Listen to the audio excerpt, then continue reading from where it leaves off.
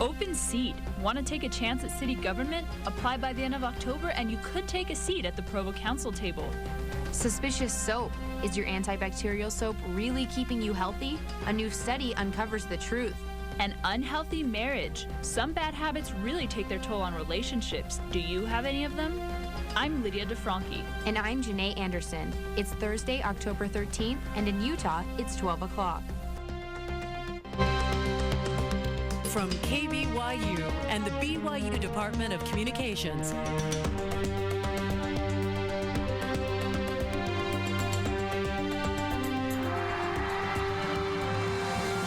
This is the award-winning 11 News at noon.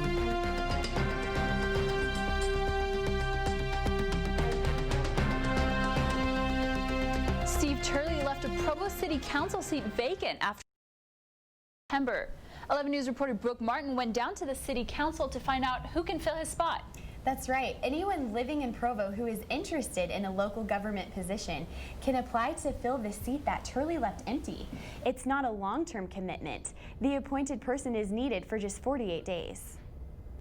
An empty chair, an empty desk, an empty seat on the Provo City Council.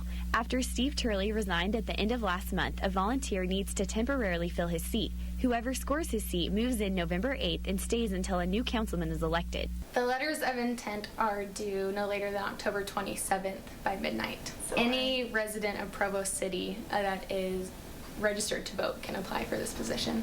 Matthew Taylor, the executive director for the Municipal Council, says there's a tight window to fill the vacancy and he needs to appoint someone as soon as possible. State law gives us a window of 30 days to receive applications from interested parties that are residents of the city.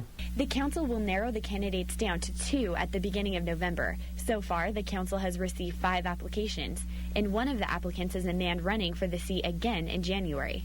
We have received a letter of intent from Gary Garrett, who is running for the city-wide seat. If Garrett is appointed to the temporary seat and then selected in January, he will keep the seat through his term next year. Whoever is selected to fill the seat for the 48 days will get paid the same salary and benefits all other councilmen receive. Applicants can mail in their letter of intent to the Provo City Council office, and there's still a little over 2 weeks to get that in. Okay, and how can you get a hold of an application? You can just call the City Council office and have them mail you an application. Okay, thank you, Brooke. If you're not worried about pollution from Utah power plants, the battle over a new air regulation might change your mind. The Environmental Protection Agency wants to cut down on air toxins, but Governor Gary Herbert and 11 other governors are still trying to stall. They're asking President Obama to override the regulations, saying the EPA should wait until they understand the impact it would have on other utilities. Some Utah Latinos will no longer need translation to vote. Salt Lake County is now offering Spanish voting ballots and information for non-English speakers. Research showed nearly 40% of Latinos in Salt Lake County can't speak English well enough for an English ballot. The new Spanish ballots will be available starting next June for the primary elections. The home of the Wolverines is now the largest public college in Utah. Utah Valley University topped the charts for total enrollment this year, and UVU administrators say now they're going to petition for a new classroom building. Salt Lake Community College was the only school with negative growth, and in total, Utah colleges increased a little more than 1.5%. It's that time of year again when the cough and flu season has people stocking up on antibacterial soaps. But 11 News reporter Julianne Horsley shows us why you can stop worrying about which soap to use. Germs and bacteria are everywhere. They're on the door handles, on your face, even on your food. As the cold and flu season approaches, they're growing rapidly, leading people to stock up on antibacterial products, especially parents of infants and small children. I have antibacterial soap in my kitchen, my bathroom, so that they can wash it off, and I don't want her getting sick. I don't want me getting sick and passing it to her. But not everyone thinks that antibacterial soaps are safe. Many believe that antibacterial soaps contribute to resistance against bacteria. But researchers found in a new study published by the International Journal of Microbiology Research that antibacterial products don't result in resistant strains of bacteria. We've looked at the data, and they show no negative effects, no increased resistance to the agents or antibiotics typically used to treat disease. And so that's good news. Because researchers claim antibacterial soaps don't contribute to resistance, they recommend everybody practice proper hand washing. Whether you use antibacterial products or not, researchers stress personal hygiene to stay immune as the cold and flu season approaches. And that was our 11 News reporter, Julianne Horsley. Researchers say the amount of time while washing hands is important, so if you can recite the ABCs or sing happy birthday while you're washing, you're good to go. If you're not able to wash your hands, keep a bottle of hand sanitizer nearby. The Utah Supreme Court says the state is not responsible for the death of an 11-year-old boy. Samuel Ives died in 2007 after a bear tragically dragged him out of his family's tent. The court says the incident was a natural tragedy, but the Ives family plans to go back to trial to prove the state's negligence, which may take another 2 years. When 11 News at noon returns, sticks and pucks. As the cold weather starts coming in, the BYU hockey team starts heating up. How they're getting ready for their next home game. And bad marriage? New studies show you can pick up your spouse's bad habits.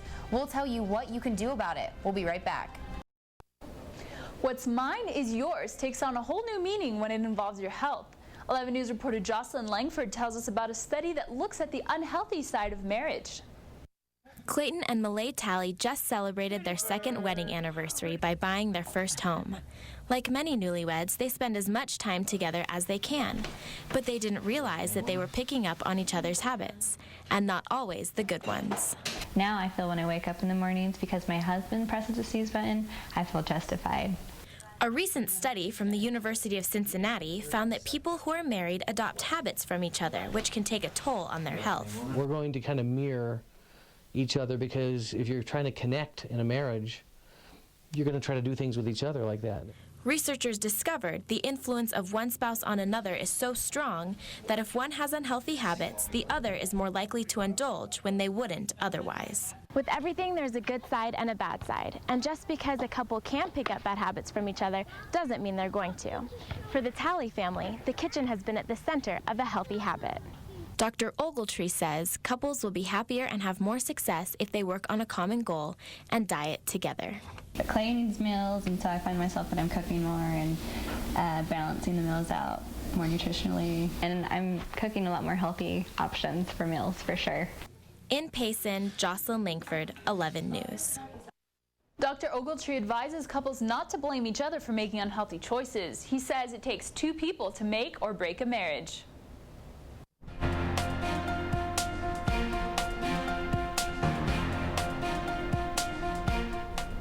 One state capital files for bankruptcy, a phone company faces global outage, and a suspected terrorist pleads guilty to trying to bring down a plane. Here's a look at news from across the nation. Pennsylvania's capital is seeking bankruptcy, but the mayor says the filing signed by the city council is illegal. Harrisburg owes more than $450 million to debtors, but Mayor Linda Thompson says only she can legally declare bankruptcy. But a new bill could put the governor in charge of Pennsylvania's finances. BlackBerry users may rethink their next phone purchase. The phones experienced a worldwide service outage starting Monday. The outage started in the Middle East, then moved to Europe and Africa. Tuesday, North American customers fell victim. BlackBerry restored service to customers this morning, and no word on what caused the outage. A Nigerian man pleaded guilty to trying to crash a plane with a bomb in his underwear. The man made his plea on day 2 of his trial despite his attorney's advice not to. The man told a Detroit judge yesterday he was retaliating for Muslim deaths. The bomb failed to go off on Christmas Day 2009 and caught the man's clothes on fire. If convicted, he could face a mandatory sentence of life in prison. And that's your look at news from across the nation. Lydia? Still to come on the news at noon, True Blue. No, these students aren't taking blueberry bubble baths. See what happens when you mix tarps, foam, and a whole lot of blue. Breaking ice. Bored watching football? Hit the ice with the BYU hockey team and see why you may want to head to the rink this weekend. And a little rain and a little sun. But are we going to play the flip-flop game again this weekend? Your 11 weather when we return.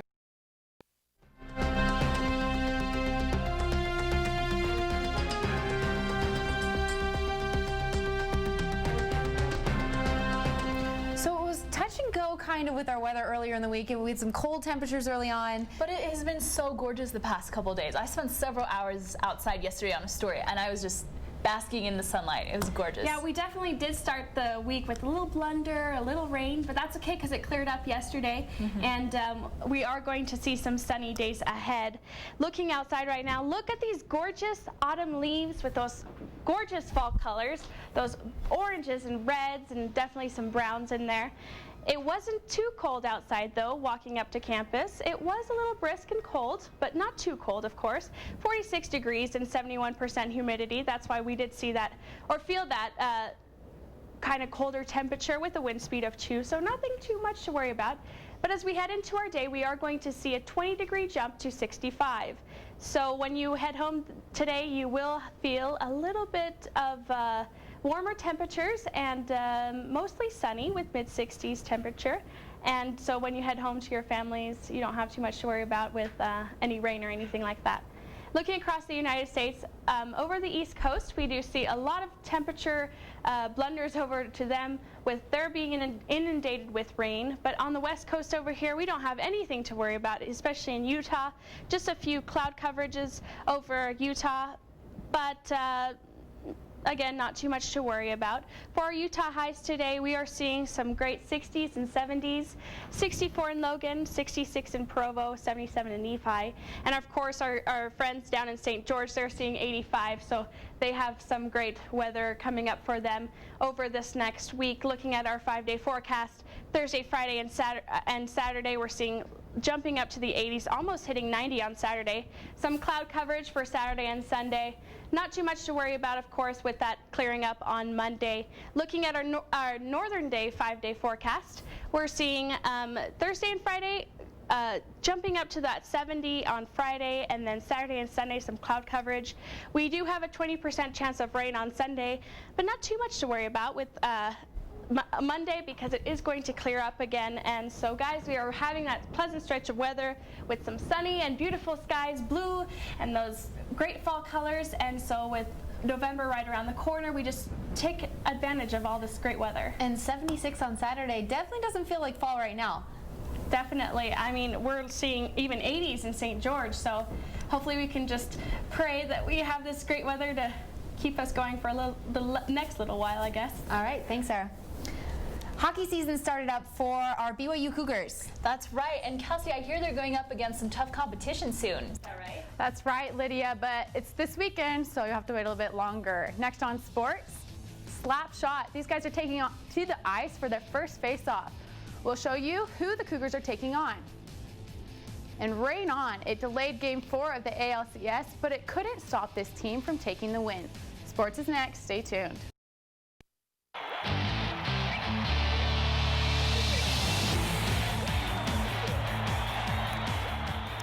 The BYU women's soccer team has hit the road, continuing conference play in a 2-game series. The Lady Cougars play number 13 Santa Clara tonight in California at 6 Pacific and Gonzaga on Saturday. The Cougars are coming off a win over Portland and a loss against 5th-ranked Pepperdine, giving the girls a 7-4-2 season record. During the fall season, most people look forward to the football games, but there's another option out there. BYU's hockey team just started their season and are getting hot on the ice. 11 Sports reporter Otavio Souza went to the ice rink to check out the team prepare for the next home game. The Skates are breaking the ice again next Saturday. The BYU hockey team is working hard to win their first match in front of their crowd before they play on the road. Captain of the Cougars, Adam Ferrero, says that the senior players have an important role in this young team. He's one of the 3 seniors among 33 players on the roster. I guess for all of us returning players, for the veterans, there is a responsibility that we feel to come out and to lead the team. The group is young and just starting out, but they have high expectations for the season. This is Coach Jeremy Way's first year in front of the Cougars. He played for BYU in 2004 and 2005, and he's excited to see how weeks of intense practices will help his team to improve. After 2 close games at home, Coach Jeremy Ways hopes that his team learn from the mistakes to win the next games in Provo. As a team, we actually played really well. Our team is a young team, so even though we've got a lot of talent, we're immature as players, so we don't have a lot of game maturity. The team gave the win to Weber State last week, but they want to turn it around soon. The Cougars' next challenge against Montana Tech, the first time the two teams will face each other off on the ice. In Provo, Otavio Souza, 11 Sports.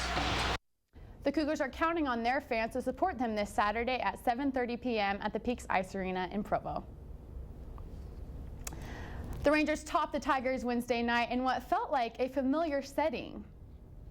Game 4 of the ALCS delayed more than 2 hours to, rain. To the 3rd inning, Matt Harrison on the mound for Texas, facing Miguel Cabrera, 2 on 2 outs, no score, but Cabrera doubles to left center. Brandon Ing and Ryan Rayburn score 2-0 Tigers. Top of the 6th, Rick Porcello pitching for the Tigers, 1 on, no outs. Ian Kinsler sends it down the line, leaving Delman Young chasing after the ball. David Murphy scores from first, 2-1 Tigers. Later, the game's tied at 3, sending the game into extra innings. To lucky number 11 we go. Rangers up 4-3, 2 on, 1 out. Nelson Cruz hits a 3-run homer off Jose Valverde. Rangers win, taking a 3-1 series lead, and Cruz is the first player in MLB history to hit 2 extra inning home runs in the same postseason series. The Rangers are just 1 win away from returning to the World Series. The NBA owners and locked out players couldn't come to a decision, so now they've brought in the big guys. Starting Tuesday, they'll meet with a federal mediator in hopes of resolving their deadlock and saving the 2011-2012 regular season. The season has already lost 2 weeks, but they say bringing in a new set of ears could help bring in new suggestions and ideas that the two sides could work on. So you know what this reminds me of? When I was a little girl and I would get into fights and arguments with my little sisters, we'd have to bring my mom in because we could not resolve it ourselves. Well, hopefully, maybe they should bring in their moms, because hopefully it would. Yeah. There we go. Speed up the process. Yeah, exactly. Thanks, Kelsey. Still to come on 11 News at noon.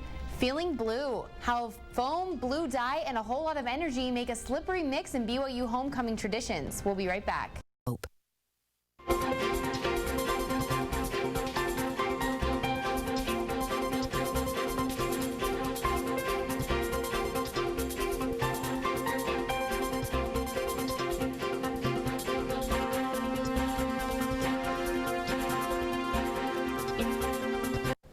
Tradition, spirit, and foam.